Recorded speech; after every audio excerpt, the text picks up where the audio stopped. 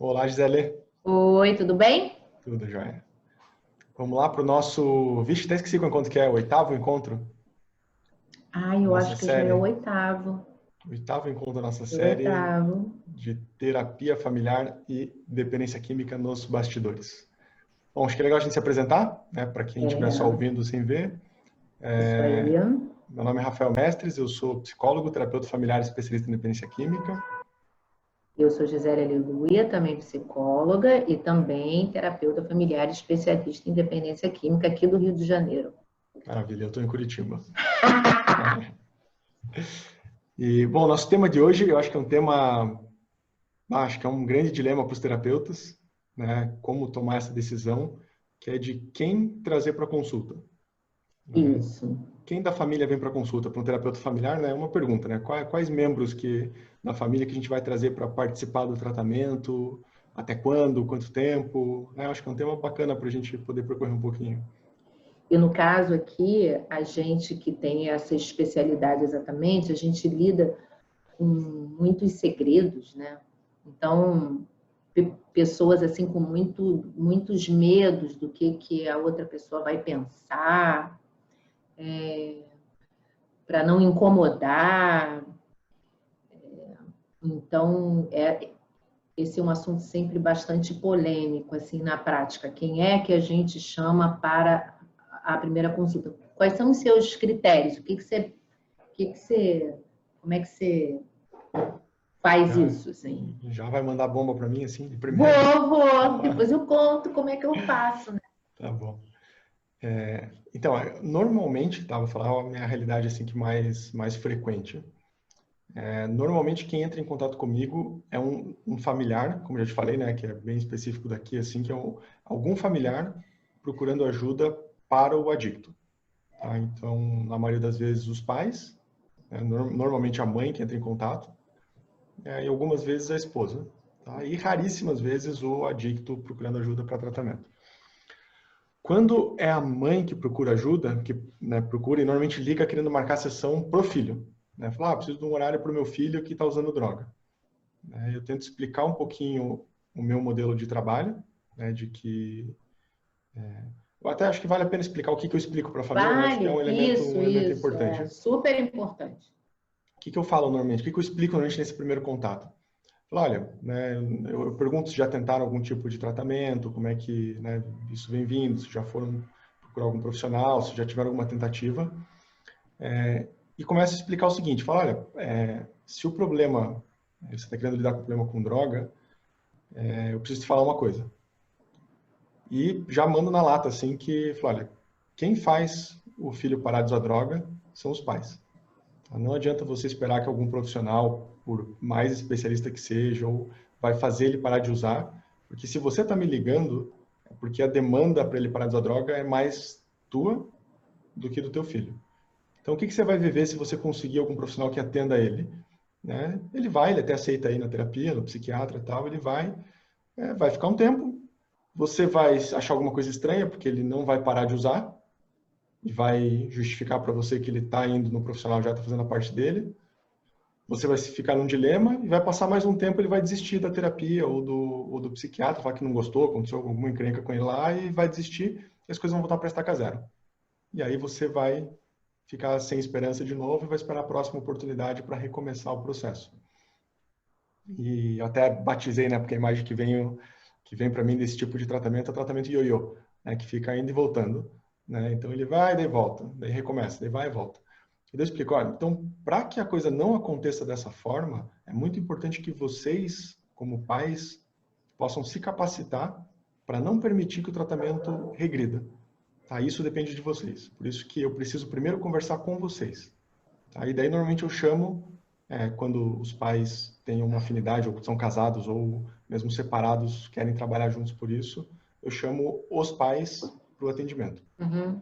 Sem o dependente químico. Sem o filho dependente. Sem o usuário. Isso, sem usuário. É só os Independente da pais. idade que ele tem. Independente da idade. Ok. Se a demanda é dos pais, eu trago os pais. Tá? Ok. É um Algumas protocolo vezes, interessante. tá? Algumas vezes, quando foram poucas vezes assim, mas que os pais conseguiram me mostrar que o filho realmente queria ajuda. Falou, eu tô ligando para você porque ele veio me pedir ajuda para parar de usar, né? Não é uma, né, não é uma questão que a gente está, né, ele quer parar de usar, a gente foi pesquisar só para ajudar ele, encontramos teu nome e tal. Aí eu falo, não, então beleza, vem uns 3 para cá que a gente vai conversar. Então, tá, quando eu sinto que tem Entendi. essa predisposição Quando a no pessoa outro, quer ajuda. exatamente. Porque aí eu vou ajudar os pais a ajudarem ele, né? Senão eu vou ajudar os pais a se ajudarem primeiro. Entendi. Uhum. Legal. Eu, geralmente, quem me procura aqui, né, como eu disse na primeira vez, são os adictos ou os familiares querendo que eu atenda esses adictos. Então, o que eu faço? Eu chamo para consulta quem me ligou. Geralmente são mães, não são os pais. Uhum. É raro ser um pai. Beleza, isso é universal, né? Isso não faz diferença Rio de Janeiro, Curitiba. Raro, Sim. faz diferença. E tem uma coisa assim que é legal, que é o seguinte, geralmente as mães não querem trazer os pais. É muito comum. Uhum. Não, posso ir aí antes? Isso aí é Isso acontece comuníssimo. bastante, sim. E aí eu entendo que, assim, como normalmente baseado na curva de Gauss, o que mais acontece, o que Uhum. é mais comum, é que as mulheres são as responsáveis pela parte emocional de uma família. Eu Uhum. entendo que primeiro ela quer me conhecer para saber se ela vai apresentar a família dela para mim. Isso para mim fica bem claro. Uhum. E aí eu topo. Vem você. Quando chega lá, geralmente chega uma, uma mulher maravilha, cansada, com um piano na cabeça, e eu digo para ela que o pai vai fazer muita diferença, que eu preciso do pai.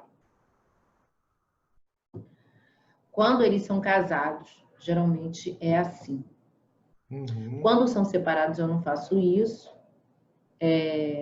Quando são separados, eu chamo o, o adicto na próxima com ela, tá? Para eu Uhum. entender como é que esse ambiente está. Aí eu explico que a adicção tem a ver com o uso de droga e tem a ver com a ambiência onde ele está e que eu preciso conhecer melhor esse ambiente. Aí eu chamo quem mora na casa. Eu Legal. falo isso. Quem mora na casa? Eu quero ver quem mora na casa. Uhum. Quando eles vêm, eu faço uma avaliação dessa ambiência para eu ver o papel que a droga tem ali. Legal. E aí, nessa hora, eu vejo se a pessoa quer ajuda, se o usuário, né, ele quer ou não ajuda. Muitas vezes eu ofereço e aí eu indico um terapeuta para ele, para esse usuário, ou um médico, porque às vezes ele tem mais demanda de falta de sono ou de ansiedade, o que é a mesma coisa, porque eu tenho aqui no Rio um monte de psiquiatra que eu já trabalho, então se eu indico para um médico, esse médico vai indicar para um terapeuta, a gente vai fazer esse tratamento de rede, mas Uhum. nessa consulta eu também vejo quem da família mais pode ajudar. Uhum. Tá. Essa seria a terceira consulta, isso? A primeira é quem te ligou, normalmente a mãe. A É, segunda, isso normalmente, né? A segunda mãe com isso. adicto. E na sequência, Ou já vem essa família ou já vem a toda, família toda. né? Tá. Aí eu já faço esse encaminhamento, mantenho a família comigo, junto com o Uhum. adicto, dizendo que eu vou convocar. Então, tem vezes que vem pai e mãe, tem vezes que vem mãe e adicto, tem vezes que vem pai e adicto, tem vezes que aí eu vejo quem é que eles podem contar, porque às vezes a adicção é um segredo ali naquele núcleo, aqueles pais que não se relacionam com ninguém, mas aí tem uma tia, tem uma avó, e aí eu vou compondo essa rede de apoio para deslocar esse papel que a drogadicção está ali bem rígido. Aí a gente vai dando uma flexibilização onde o problema da adicção ele é equacionado, e a gente entra com a possibilidade onde essa pessoa usa droga, que tipo de dano está causando. Eu sugiro uma parada para a gente ver se a droga está trazendo o mesmo problema quando a pessoa... Aí, às vezes, eles topam nisso, eu sugiro o exame, que às vezes eles fazem quando eles chegam lá no consultório. Eu já tenho o exame lá. E vou convocando de acordo com a necessidade de intervenção naquele sistema. Geralmente, se a família está em muita crise, eu atendo semanalmente, mas eu prefiro atendimento quinzenal, porque eu passo umas tarefas, então aí eles vêm assim de 15 em 15. Semanal, quando a família está muito ansiosa, porque assim, a primeira coisa é abaixar a ansiedade desse sistema, que é a técnica quando você usa. Quem faz a pessoa parar de usar são os pais, é isso aí que você faz, esse efeito de, então... Organizar na mente da família. Porque assim, você trabalhar com uma família ansiogênica, super ansiosa, você não consegue fazer nada, porque você precisa de flexibilidade. Aquele sistema está tenso, então você precisa, né, abaixar a ansiedade. Aí a gente estabelece aquela conexão de confiança, porque eles vêm assim, que você sabe o que você está fazendo, você tem experiência e que você tem o que oferecer. Isso abaixa a ansiedade. E aí a família passa a ser um foco também. Até um conflito para mim, assim, um aspecto que eu vejo que as experiências que eu tive, você está falando, eu estou pensando que eu chamo muito pouco a família toda. São raras vezes assim que vem toda a família junto. Tipo irmão, assim? Tipo os irmãos, tal. Às vezes em uma sessão... Mas ajuda muito, ajuda muito. Então, qual que é a minha experiência com isso, assim, quando acontece? E aí é o raciocínio da terapia familiar.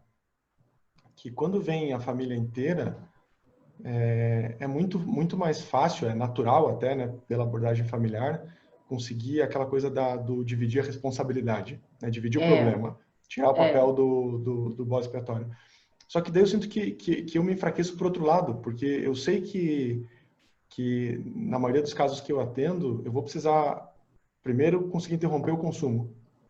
E na medida em que eu divido a responsabilidade e começo a colocar atenção nas relações da família, nos padrões disfuncionais, isso é sabotado pelo sujeito que continua usando. Depois eu vou precisar voltar para falar, peraí, vamos... Mas depende se a responsabilidade dele for parar de usar. Porque assim, quando você divide as responsabilidades e você traz que o uso dele é mais uma questão que aquela família tem. Então, assim, ele vê que o uso, que a gente sabe, né, que o uso ajuda e não ajuda essa família. Perfeito. Então, quando ele percebe que existe uma outra forma de ajudar a família sem usar, e você fica com esse foco também, porque assim, tem um irmão que diga: tô com medo, tenho medo quando você usa, tenho medo que você morra. Quando você chega em casa, isso tem uma força maravilhosa. Assim. Legal. O irmão adolescente, sabe? Eu acho que aí muda um pouquinho a coisa do nosso público mesmo, né? Porque os pacientes, usuários que chegam no meu consultório, normalmente não estão com disponibilidade não estão querendo mudança. Né? Que é a diferença dos teus aí, né? Que normalmente chegam com alguma, digamos, se fosse pegar os estágios motivacionais lá, já chegam num estágio pelo menos contemplativo já, né? Ou para frente. Mas às vezes não. Às vezes não. Mas quando você traz um sistema todo, a família fala do uso, a família inteira fala sobre esse uso, É claro que o adicto vai se defender, óbvio, né? Aí ele vai atacar a família, né? Ó, Sim. né? Tá todo mundo falando, você usa. Aí ele vai. Aí nessa hora, se você faz aliança com ele e diz, olha, parece que as pessoas estão preocupadas contigo, mas essa não é a única questão aqui. Mas quando você usa, se torna a única questão, e para ajudar a sua família, a gente vai ter que tirar essa droga daqui. Legal. Aí eles têm uma... Aí eu proponho não uma abstinência para sempre, mas é uma estratégia, né? Proponho uma abstinência de 3 meses. Porque às vezes eu acho monitorada daí, a pessoa precisa ter a chance de ver a vida sem droga, porque muitas vezes ela não tem, né? E várias vezes ela começa a vislumbrar, assim, que realmente aquilo não estava legal. Perfeito. Até assim, adolescente, sabe?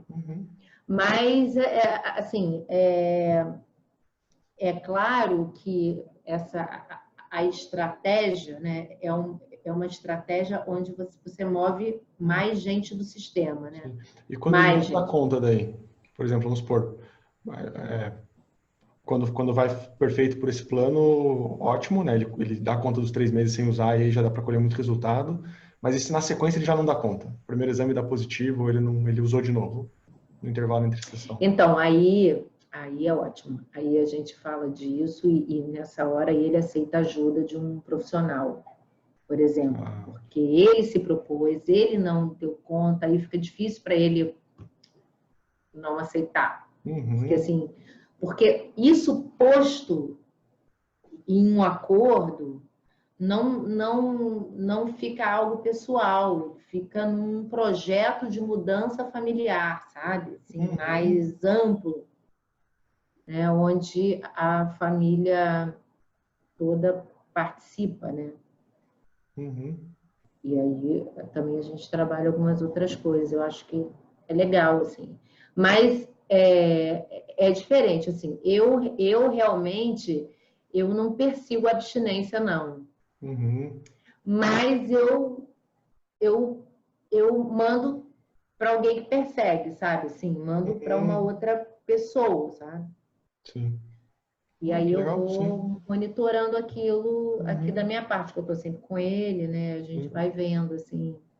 Sim. Entendeu? O que eu vejo, assim, que normalmente acontece aqui é que eu vou trabalhando com os pais na direção da abstinência, né? E quando isso caminha um pouco e os pais conseguiram, acho que retomar a autoridade, retomar a hierarquia e entenderem que o uso de droga do filho depende deles, né? Que o filho usa às custas deles a droga que ele usa. Quando os pais retomam esse lugar, aí começam a aparecer as outras questões. Daí aparece a questão do casamento, aí aparece outras questões de relacionamento com o filho. E aí nesse período, com outros filhos, aí nesse momento é um momento que normalmente precisa trazer eles para dentro do consultório. Eu acho que é isso, é uma estratégia. Eu acho que a gente está falando aqui diferentes, é que a gente tem estratégias, a gente tem saídas, a gente é estratégico, né? A gente é estratégico. Assim, a gente pensa numa forma de flexibilizar o sistema eficientemente. Na verdade, a gente joga xadrez, né? Sim. E acho legal, porque eu acho que tem a ver com o estilo do terapeuta também. É bacana a gente poder estar conversando, tendo estilos diferentes, porque vê que é possível, né? De 2 formas, 2 caminhos diferentes chegar no mesmo ponto. Para mim eu tenho muito mais facilidade em me aliançar com os pais, né, e fortalecer eles. E é engraçado porque quando eu tô lembrando agora, quando eu tô com o adicto na sessão, eu me travo para aliançar com os pais como eu preciso, né? E eu vejo que você não tem problema com isso, né? Você confronta. Não. Aliás, a minha estratégia é o contrário, né? Eu mostro para os pais, eles ficam assim, ó, que é possível conversar com aquele filho impossível de uma forma respeitosa e tal, e que ele responde bem. Porque aí eu consigo mexer melhor, assim, né? Assim, Bacana, quando as sim. coisas funcionam bem, Uhum. né? Porque às vezes também o sistema é muito rígido, a situação está muito complexa e a gente vai em partes, né? Aí volta sem o ADI, a gente vai trabalhando aí nas partes. Sim. Deixa eu, para quem não tem noção disso, esclarecer, você falou uma coisa que eu acho muito bacana, assim, faz uns minutos ali, sobre o adicto ajuda e não ajuda a família, né, com o uso de droga. É, É bacana porque esse é um conceito muito importante, né, da nossa área de terapia é, familiar e independência. E para quem não está familiarizado, não entende muito bem como assim ajuda e não ajuda, né? Veja se eu estou certo também, ótimo. porque é a forma como eu entendo isso, né? Que normalmente a função da adicção na família é tirar a atenção de uma outra crise mais grave que existe. Isso, é. Então, todo mundo pode se preocupar com o filho usuário, com o membro usuário, né, para não ter que se preocupar com outra questão. Então, é a forma do adicto ajudar a família a não padecer de uma A se outra crise mais manter, grave, né? Se manter. a se manter, é. E não ajuda porque a adicção, ela é tão, ela, é, ela traz tanta instabilidade, porque as pessoas ficam tão tensas, que aí aquilo tende a implodir o sistema. Uhum, Então, eu uso a metáfora de que a família procura a nossa ajuda quando a caixinha de farmácia que eles têm em casa, que são as soluções que eles têm, aquela caixinha já não funciona mais, e aí eles procuram uma ajuda profissional. Mas eles uhum, tentam dar o jeitinho ali. Aí, quando a gente procura um médico, é isso, né? A gente está com uhum, uma dor, aí chega uma hora que não dá conta. Então, todo sintoma ele protege e ameaça essa família. uhum. Todo sintoma. E a dependência ela é assim, né? Uhum. Uma situação muito comum na independência é o casal que só se mantém unido para cuidar do filho com problema com droga. Exatamente. Né? É, Que se não tivesse filho, qual seria o ponto de união? Às vezes nenhum. E nenhum. aí é uma cilada, né? É um dilema fundamental assim do tratamento. Ou a E, gente e resolve essa crise por conta própria e permite que o filho melhore, ou mantém ele doente para que a gente se mantenha. chega uma hora que esse dilema fica tão duro, né? Eu já me senti assim, enquanto terapeuta, assim, eu já falei isso para alguns pais, assim, que, que se essa pessoa assim, na hora que esse filho, jovem adulto, que isso tem a ver com a fase do ciclo vital, um filho jovem adulto adicto, ele está segurando a família na adolescência. Então, o que é uma família?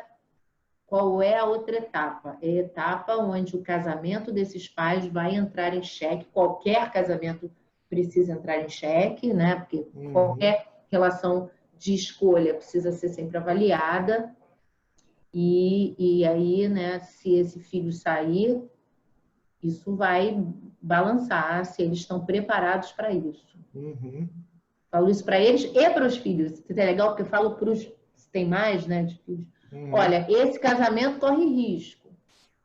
Aí os sim, pais, não, aí os filhos dizem, é muito dessa.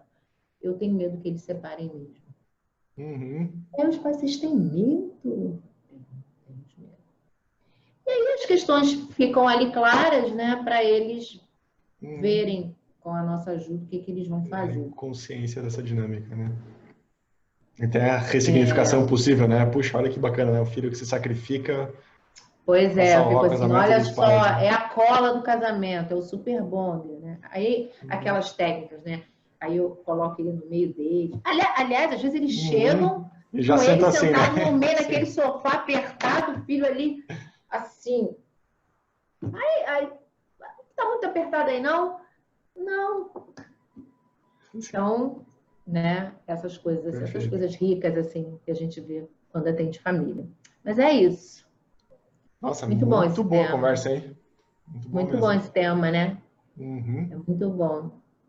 A gente sempre tem saída, eu acho que é importante a gente acreditar que as saídas existem.